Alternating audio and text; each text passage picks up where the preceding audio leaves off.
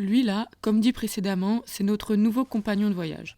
Et grâce à lui, on a pris la décision de s'excentrer de la ville de Siem Reap, en commençant par trouver un magnifique logement traditionnel khmer perdu au milieu de rien du tout. Après s'être vaguement installé, on repart directement car on avait encore quelques kilomètres à faire pour aller visiter un village que l'on avait envie de voir depuis quelques temps. Et ce n'est pas n'importe quel village.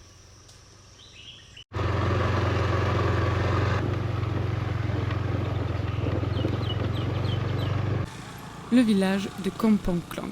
On est tout de suite assez ému par l'accueil que nous font les enfants du village, qui est un des plus grands villages lacustres du Tonlé Sap.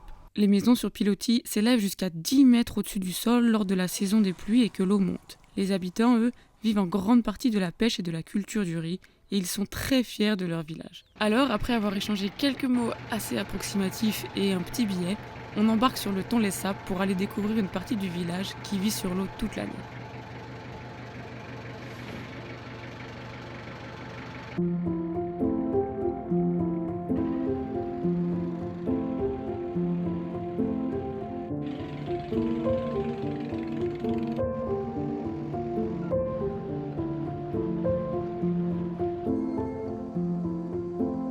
Notre conducteur nous arrête gentiment devant une épicerie pour que l'on puisse acheter 3 bières et quelques cacahuètes que l'on a le privilège de partager tous les 3 au milieu du lac.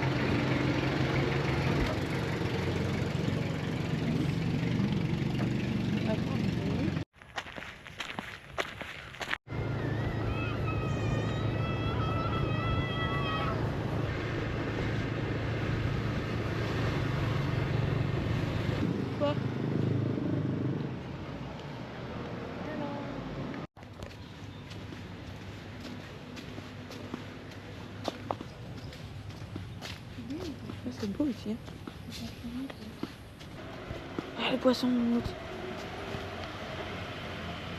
C'est mignon. Dommage.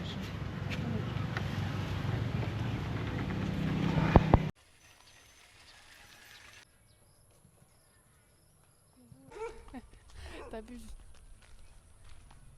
On est un peu bloqué parce qu'on est un petit peu attaqué par tous les chiens du village.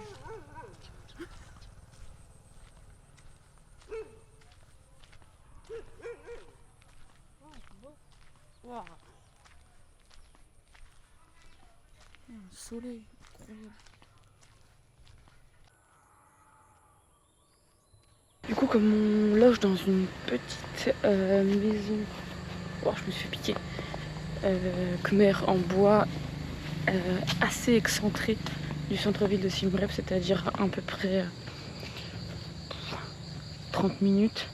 On a un petit peu fait nos européennes là et on a commandé à manger parce qu'en vrai on n'avait pas du tout envie de bouger de ce petit endroit vraiment hyper charmant. On est tranquille dans notre petite maison en bois sur pilotis, commandé indien pour le coup, parce que autour par contre il n'y a rien à part des habitations comme dans laquelle on est, il n'y a rien du tout.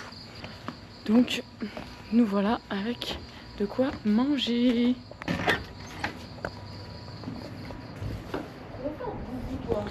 Mais non, mais en fait, le mec il était bien plus loin. Ça, c'est chaud. Alors, j'ai ma place sur notre petite table là. Non. Non, je suis trop gros, je pense. On va mettre ton verre.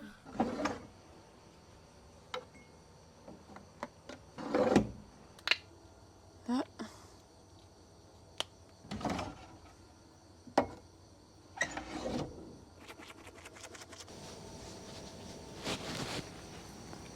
c'est quand même un kiff de ouf de pouvoir se dire qu'on peut vivre dehors. La salle de bain est dehors, tout est dehors. Et ça, c'est vraiment un truc de malade.